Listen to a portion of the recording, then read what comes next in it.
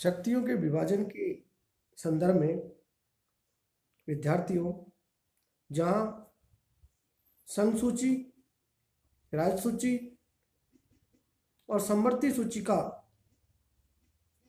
उल्लेख कर भारतीय संविधान में जहां संघ सूची पर कानून बनाने का अधिकार केवल मात्र संघ को दिया गया है, वहीं पर राज्यों के संबंध में राज्य सूची पर कानून बनाने का अधिकार राज्यों को दिया गया है। उसी प्रकार समवर्ती सूची में कानून बनाने का अधिकार दोनों को दिया गया है। इस प्रकार से संघों के और राज्यों के बीच जो शक्तियों का विभाजन है, यह विभाजन भारतीय संघवाद का प्रमुख लक्षण कहा जा सकता है। विद्यार्थियों, इसके बाद इसका जो दूसरा लक्षण है वह है संविधान की सर्वोच्चता। यद्यपि भारतीय संविधान में संयुक्त राज्य अमेरिका के संविधान की तरह यह घोषित नहीं किया गया है कि संविधान सर्वोच्च होगा, लेकिन फिर भी भारतीय संविधान इस देश का सर्वोच्च कानून है।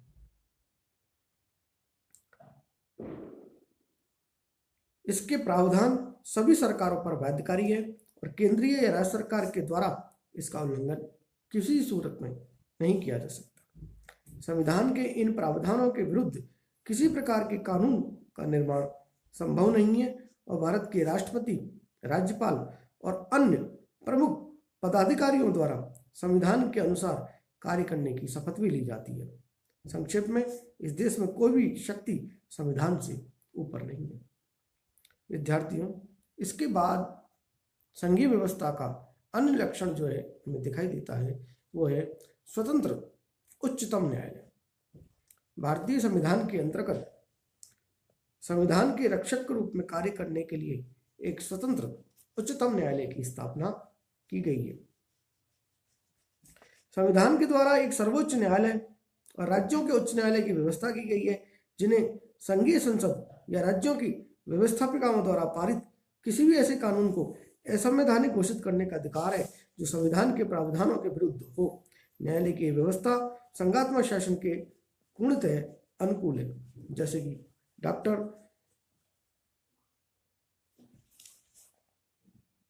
के.वी. राव ने कहा है कि इस देश की दृष्टि से हमारा संविधान पूर्ण सोवियत संघ या स्विट्जरलैंड के संविधान से अधिक संघात्मक है।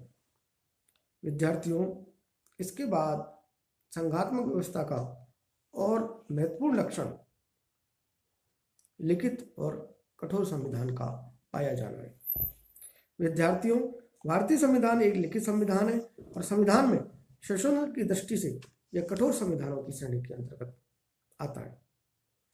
संविधान में संशोधन संविधान में बताई गई प्रक्रिया के आधार पर ही किया जाता है और यह पद्धति साधारण व्यवस्थापन की पद्धति से भिन्न है। संविधान द्वारा दिए गए शक्ति विभाजन में संघीय सरकार या राज्य सरकारों में किसी एक के द्वारा भी अपनी इच्छा में परिवर्तन नहीं किया जा सकता, वरन इन प्रावधानों में परिवर्तन दोनों की सहमति से ही किया जाना संभव है। इस प्रकार संविधान की संशोधन प्रक्रिया में राज्यों की भूमिका है। विद्यार्थियों, इसके अलावा संघात्मक व्यवस्था का जो लक्षण है वह है उच्च सदन। और उच्च सदन राज्यों का सदन कहा जाता है, क्योंकि भारतीय संसद का उच्च सदन अर्थात राज्यसभा राज्यों का सदन है और यह राज्यों का प्रतिनिधित्व करता है। यद्यपि यह प्रतिनिधित्व राज्यों की समानता के सिद्धांत पर आधारित न होकर जनसंख्या के आधार पर होता है। विद्यार्थियों, संविधान के उपयुक्त प्रावधानों के आधार पर यह कहा जा सकता है कि भारतीय संविधान एक पूर्ण संघात्मक की स्थापना करता है और जैसा कि पायली ने लिखा है, भारतीय संविधान के संघीय होने न होने पर विवाद उठाने कोई कारण दृष्टिगत नहीं होता है। भारतीय संविधान की कसौटी पर यह खरा उतरता है। विद्यार्थियों, भारतीय संविधान में संघात्मक व्यवस्था होते हुए भी इसमें कुछ एकात्मक व्यवस्था के भी लक्षण दिखाई देते हैं, जिसमें शक्तिशाली केंद्र की स्थापना होती है। एकात्मक व्यवस्था के जो लक्षण है उन लक्षणों को हम दो भागों में विभाजित कर सकते हैं। एक तो है भारतीय संविधान के अंतरंग में उपस्थित एकात्मक लक्षण, और दूसरा विभाजन हम कर सकते हैं भारतीय संविधान के बहिरंग में उपस्थित एकात्मक लक्षण। अंतरंग में उपस्थित एकात्मक लक्षण से हमारा तात्पर्य है जो कि भारतीय संविधान के अंदर ही इसका प्रावधान किया गया है, और बहिरंग संविधान के एकात्मक लक्षण से हमारा तात्पर्य जो बाहरी रूप से हमें दिखाई देते हैं। मित्रों, विद्यार्थियों, अंतरंग में उपस्थित एकात्मक लक्षणों की यदि हम चर्चा करें तो सबसे पहले हमें एकहरी नागरिकता दिखाई देती है। एकहरी नागरिकता से हमारा तात्पर्य है कि भारत का संविधान संघात्मक व्यवस्था के होते हुए भी अमेरिका के संविधान की तरह दोहरी नागरिकता की व्यवस्था नहीं करता है, अपितु एकहरी नागरिकता की व्यवस्था करता है। और एकहरी नागरिकता से तात्पर्य है कि भारत का नागरिक केवल भारत का ही नागरिक होगा, राज्यों का नागरिक नहीं होगा। विद्यार्थियों, इसके बाद यदि हम बात करें संघात्मक व्यवस्था के अंतर्गत एकात्मक लक्षण यदि हम बात करें तो इसमें शक्तियों का जो बंटवारा है वो केंद्र के पक्ष में ही किया गया है, क्योंकि कहा गया है कि यदि समवर्ती सूची के संबंध में किसी प्रकार का कोई विवाद है अथवा कोई विषय रह गया है, उस विषय को अवशिष्ट सूची के अंतर्गत माना जाता है, और चूंकि अवशिष्ट सूची पर कानून बनाने का अधिकार, विधि बनाने का अधिकार केवल केंद्र को है, इस प्रकार हम कह सकते हैं कि शक्तियों का बंटवारा पूर्ण रूपेण केंद्र के पक्ष में ही जाता है। इसलिए यह भी एकात्मक का आंतरिक या अंतरंग लक्षण हमें दिखाई देता है। इसके अलावा संघ और राज्यों के लिए एक ही संविधान का जो प्रावधान है वो प्रावधान के आधार पर हम ये कह सकते हैं कि भारतीय संविधान के अंतर्गत अंतरंग रूप से संघ और राज्यों के लिए एक ही संविधान है, अर्थात राज्यों के लिए अमेरिका के संविधान की तरह अलग अलग संविधानों की व्यवस्था नहीं की गई है। मित्रों, विद्यार्थियों, मेरा यहाँ आपसे ये कहना है कि 370 का जो प्रावधान था जम्मू कश्मीर में, 370 का जो प्रावधान का जो हाल में ही अब हटा दिया गया है मोदी सरकार के द्वारा, वहां पर जम्मू कश्मीर के लिए एक विशेष प्रकार के संविधान की व्यवस्था की गई थी। इसलिए इस अपवाद जो था उसे भी अब हटा दिया गया है, और 370 की धारा हटाने के बाद अब जम्मू कश्मीर राज्य में भी किसी प्रकार का कोई अलग से संविधान नहीं है। इसलिए विद्यार्थियों, हमारे यहाँ राज्यों के लिए और संघों के लिए एक ही संविधान की व्यवस्था की गई है, इसलिए यह लक्षण हमें एकात्मक के दिखाई देते हैं। इसके अलावा यदि हम चर्चा करें अंतरंग लक्षणों के अंतर्गत, तो केंद्र सरकार राज्यों की सीमाओं में परिवर्तन करने में समर्थ है। मित्रों, विद्यार्थियों, हमारे यहाँ केंद्र की सरकार को राज्यों की सीमाओं में परिवर्तन करने का अधिकार दिया गया है, जो कि इसके एकात्मक लक्षण को प्रकट करता है, दिखाई देता है। इसके अलावा मित्रों, विद्यार्थियों, एकीकृत जो न्याय व्यवस्था है उस न्याय व्यवस्था के अंदर सर्वोच्च न्यायालय का जो निर्णय है वो संपूर्ण राज्यों पर मान्य होगा। इस प्रकार की व्यवस्था भी यहाँ पर हमें एकात्मक लक्षण की ओर प्रकट करती है। विद्यार्थियों, इसके अलावा संकट काल में एकात्मक शासन की जो व्यवस्था है, यानी कि हमारे भारतीय संविधान के अंदर अनुच्छेद 352, 356 और 360 के अंदर आपातकाल लगाने की व्यवस्था है। इन आपातकालों की व्यवस्था में केंद्र शक्तिशाली हो जाता है। इस प्रकार हम कह सकते हैं जब केंद्र शक्तिशाली हो जाता है तो ये मुख्य रूप से एकात्मकता के ही लक्षण है।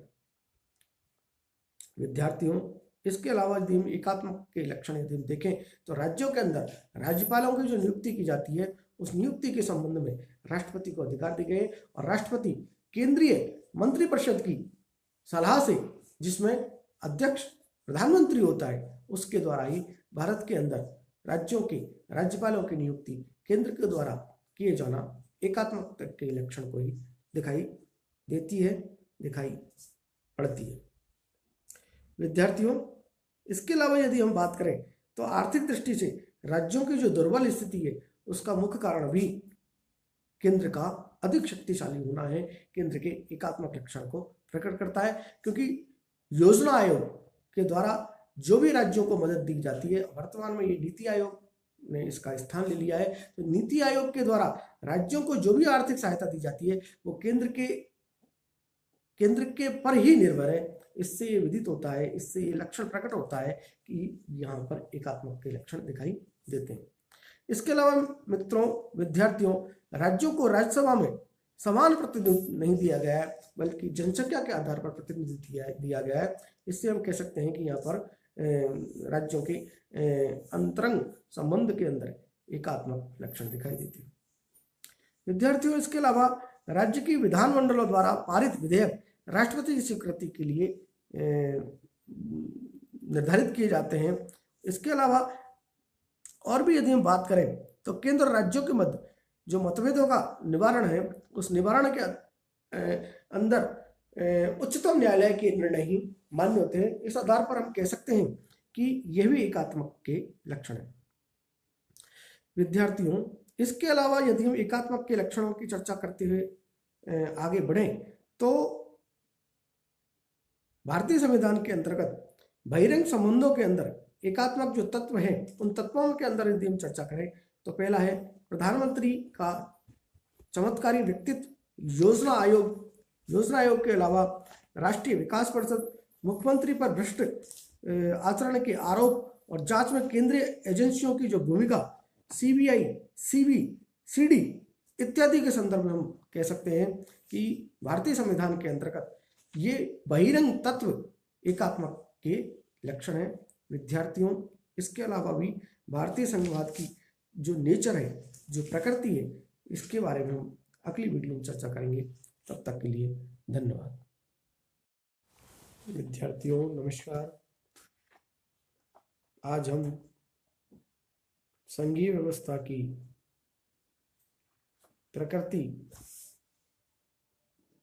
नेचर ऑफ फेडरल सिस्टम पर वीडियो लेकर आए हैं। विद्यार्थियों,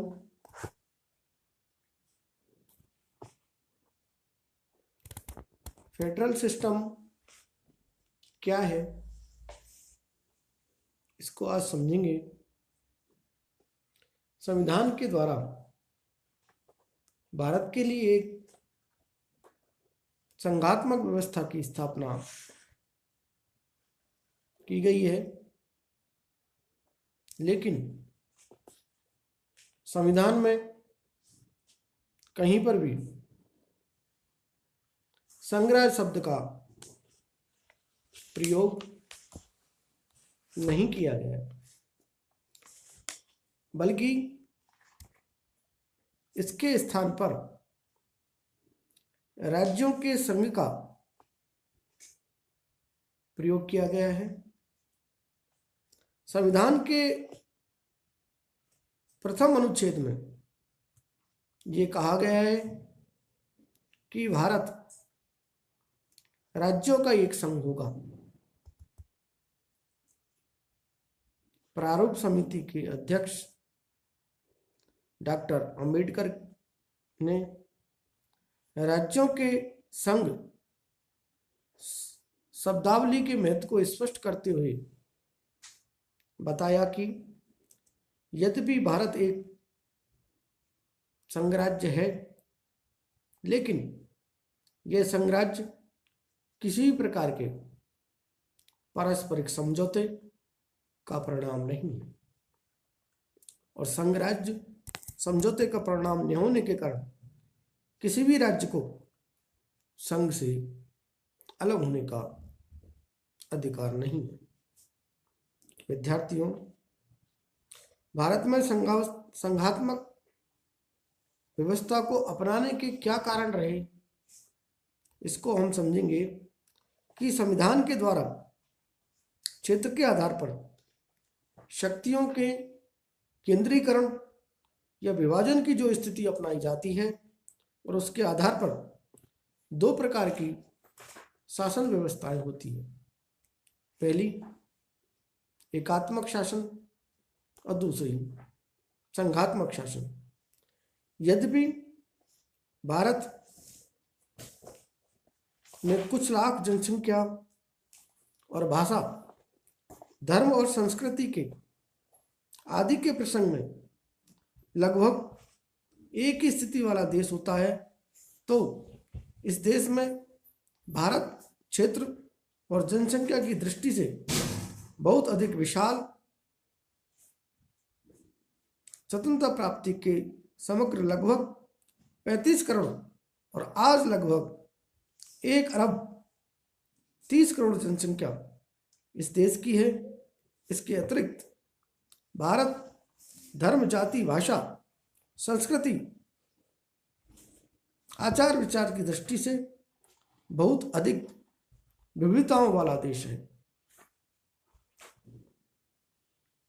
इन विविधताओं के बीच एकता को ही इस देश के जीवन और संस्कृति का आधार स्तंभ माना गया है। अतः इस देश के लिए संघात्मक व्यवस्था ही उपयुक्त कही जा सकती है।